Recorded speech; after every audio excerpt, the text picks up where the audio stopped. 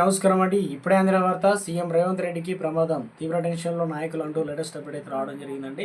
So ఆ వివరాలు ఏంటనేది కూడా వీడియోలో తెలుసుకుందాం. వీడియోని చివరి వరకు చూడండి, అర్థమవుతుంది. మొదటిసారి ఛానల్ వస్తే తప్పకుండా సబ్స్క్రైబ్ చేసుకొని చూస్తున్నారు కానీ లైక్ చేయడం మర్చిపోతున్నారు. దయచేసి లైక్ చేయండి. లేట్ చేయకుండా ఇలాగే తెలిపదాం.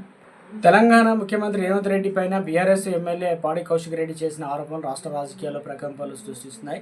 రేవంత్ రెడ్డి బీజేపీ మధ్య రహస్య ఒప్పందం ఉందని చెప్పేసి దానిలోనే భాగంగానే కాంగ్రెస్ పార్టీని నడి సముద్రంలో ముంచుతున్నారని ఆరోపించారు. ఈ ఆరోపణల నిమిత్తమే రేవంత్ రెడ్డి భవిష్యత్తులో బీజేపీలో చేరి ఇక బీజేపీ తరఫున సీఎం అవుతారని చెప్పేసి చర్చకు దారితీశాయి. కౌశిక్ రెడ్డి ఆరోపణలన్నీ కూడా ప్రధాని మోడీ చెప్పినట్టుగానే రేవంత్ రెడ్డి వివరిస్తున్నారని చెప్పేసి ఇది కాంగ్రెస్ పార్టీకి తీవ్ర నష్టం కలిగిస్తుందని కౌశిక్ రెడ్డి అన్నారు. గత బీఆర్ఎస్ ప్రభుత్వం పైన గ్రూప్ 1 పరీక్ష విషయంలో తీవ్ర విమర్శలు చేసిన బండి సంజయ్ ఇప్పుడు కాంగ్రెస్ ప్రభుత్వ హయాంలో అదే పరీక్షలపైన జరుగుతున్న వివాదంపైన ఎందుకు మౌనంగా ఉన్నారని కౌశిక్ రెడ్డి అయితే అన్నారు.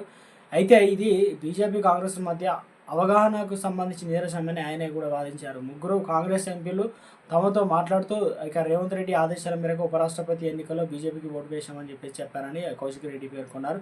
ఇది కాంగ్రెస్ పార్టీకి ద్రోహం అని చెప్పేసి ఆయన అన్నారు. ఇక తనకు తెలిసిన కొంతమంది కాంగ్రెస్ మిత్రులు ఫోన్ చేస్తే 15 మంది కాంగ్రెస్ ఎంపీలు అమ్ముడుపోయారని, అందులో తెలంగాణలో ఉన్న 8 మంది కాంగ్రెస్ ఎంపీలు కూడా ఉన్నారని కౌశిక్ రెడ్డి అయితే సంచలన ఆరోపణలు చేశారు. కౌశిక్ రెడ్డి ఈ ఆరోపణలు రాజకీయ వర్గాల్లో తీవ్ర చర్చకు దారితీశాయి. గతంలో బీఆర్ఎస్ బీజేపీ మధ్య లోపాయకర ఒప్పందం ఉందని చెప్పేసి కాంగ్రెస్ ఆరోపించింది. ఇప్పుడు అధికారంలోకి వచ్చిన కాంగ్రెస్ పార్టీ బీజేపీతో కలిసి పనిచేస్తుందని బీఆర్ఎస్ అయితే ఆరోపిస్తుంది. అయినప్పటికీ కౌశిక్ రెడ్డి ఆరోపణలు ఆయన ఎలాంటి ఆధారాలు చూపలేదు. ముఖ్యంగా ఉపరాష్ట్రపతి ఎన్నికల్లోనూ బీజేపీకి ఓటు వేశారని చెప్పి ఎంపీల పేర్లను కానీ అమ్ముడుపోయినట్లు కానీ ఆరోపించిన ఎంపీల పేర్లను కానీ ఆయన బహిర్గతం చేయలేదు. అందువల్ల ఈ ఆరోపణలు కేవలం రాజకీయ ప్రత్యర్థులను బలహీనపరచడానికి ఉద్దేశించిగా భావించవచ్చు అని చెప్పేసి రాజకీయ నిపుణులు అయితే భావిస్తున్నారు.